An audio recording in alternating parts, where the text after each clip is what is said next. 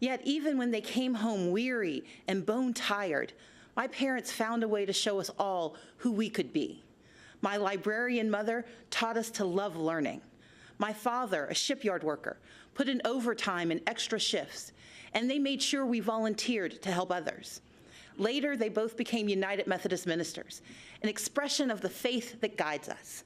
These were our family values: faith, service, education, and responsibility. Now, we only had one car, so sometimes my dad had to hitchhike and walk long stretches during the 30-mile trip home from the shipyards. One rainy night, my mom got worried. We piled in the car and went out looking for him, and we eventually found my dad making his way along the road, soaked and shivering in his shirt sleeves. When he got in the car, my mom asked if he'd left his coat at work. He explained that he'd given it to a homeless man he'd met on the highway. When we asked why he'd given away his only jacket, my dad turned to us and said, "I knew when I left that man he'd still be alone, but I could give him my coat because I knew you were coming for me." Our power and strength as Americans lives in our hard work and our belief in more. My family understood firsthand that while success is not guaranteed, we live in a nation where opportunity is possible. But in these United States, when times are tough, we can persevere because our friends and neighbors will come for us. Our first responders. It is this mantra, this uncommon grace of community, that has driven me to become an attorney, a small business owner, a writer, and most recently, the Democratic nominee for governor of Georgia. My reason for running was simple. I love our country and its promise of opportunity for all. And I stand here tonight because I hold fast to my father's credo. Together, we are coming for America, for a better America. Just a few weeks ago, I joined volunteers to distribute meals to furloughed federal workers. They waited in line for a box of food and a sliver of hope since they hadn't received paychecks in weeks. Making livelihoods of our federal workers a pawn for political games is a disgrace. The shutdown was a stunt engineered by the President of the United States, one that defied every tenet of fairness and abandoned not just our people, but our values. For 7 years, I led the Democratic Party in the Georgia House of Representatives. I didn't always agree with the Republican speaker or governor, but I understood that our constituents didn't care about our political parties, they cared about their lives. So when we had to negotiate criminal justice reform or transportation or foster care improvements, the leaders of our state didn't shut down. We came together and we kept our word. It should be no different in our nation's capital. We may come from different sides of the political aisle, but our joint commitment to the ideals of this nation cannot be negotiable. Our most urgent work is to realize Americans' dreams of today and tomorrow, to carve a path to independence and prosperity that can last a lifetime. Children deserve an excellent education from cradle to career. We owe them safe schools and the highest standards, regardless of zip code. Yet this White House responds timidly, while first graders practice active shooter drills, and the price of higher education grows ever steeper.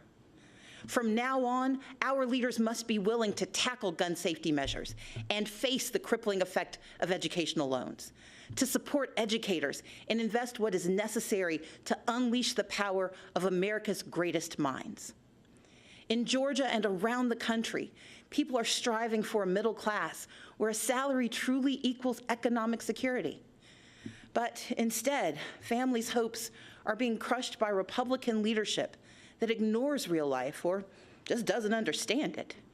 Under the current administration, far too many hard-working Americans are falling behind, living paycheck to paycheck, most without labor unions to protect them from even worse harm.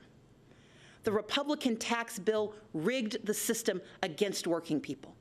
Rather than bringing back jobs, plants are closing, layoffs are looming, and wages struggle to keep pace with the actual cost of living. We owe more to the millions of everyday folks who keep our economy running, like truck drivers forced to buy their own rigs, farmers caught in a trade war, small business owners in search of capital, and domestic workers serving without labor protections. Women and men who could thrive if only they had the support and freedom to do so. We know bipartisanship could craft a 21st century immigration plan, but this administration chooses to cage children and tear families apart. Compassionate treatment at the border is not the same as open borders. President Reagan understood this. President Obama understood this. Americans understand this. And Democrats stand ready to effectively secure our ports and borders. But we must all embrace that from agriculture to healthcare to entrepreneurship, America is made stronger by the presence of immigrants, not walls. And rather than suing to dismantle the Affordable Care Act, as Republican attorneys general have, our leaders must protect the progress we've made and commit to expanding healthcare and lowering costs for everyone. My father has battled prostate cancer for years. To help cover the cost, I found myself sinking deeper into debt, because while you can defer some payments, you can't defer cancer treatment. In this great nation, Americans are skipping blood pressure pills, forced to choose between buying medicine or paying rent. Maternal mortality rates show that mothers, especially Black mothers, risk death to give birth. And in 14 states, including my home state, where a majority want it, our leaders refuse to expand Medicaid, which could save rural hospitals, save economies, and save lives. We can do so much more. Take action on climate change. Defend individual liberties with fair-minded judges. But none of these ambitions are possible without the bedrock guarantee of our right to vote. Let's be clear. Voter suppression is real. From making it harder to register and stay on the rolls, to moving and closing polling places, to rejecting lawful ballots, we can no longer ignore these threats to democracy. While I acknowledge the results of the 2018 election here in Georgia, I did not, and we cannot, accept efforts to undermine our right to vote. That's why I started a nonpartisan organization called Fair Fight to advocate for voting rights. This is the next battle for our democracy, one where all eligible citizens can have their say about the vision we want for our country. We must reject the cynicism that says allowing every eligible vote to be cast and counted is a power grab. Americans understand that these are the values our brave men and women in uniform and our veterans risk their lives to defend. The foundation of our moral leadership around the globe is free and fair elections, where voters pick their leaders, not where politicians pick their voters. In this time of division and crisis, we must come together and stand for and with one another. America has stumbled time and again on its quest towards justice and equality. But with each generation, we have revisited our fundamental truths, and where we falter, we make amends. We fought Jim Crow with the Civil Rights Act and the Voting Rights Act. Yet we continue to confront racism from our past and in our present, which is why we must hold everyone from the highest offices to our own families accountable for racist words and deeds, and call racism what it is, wrong. America achieved a measure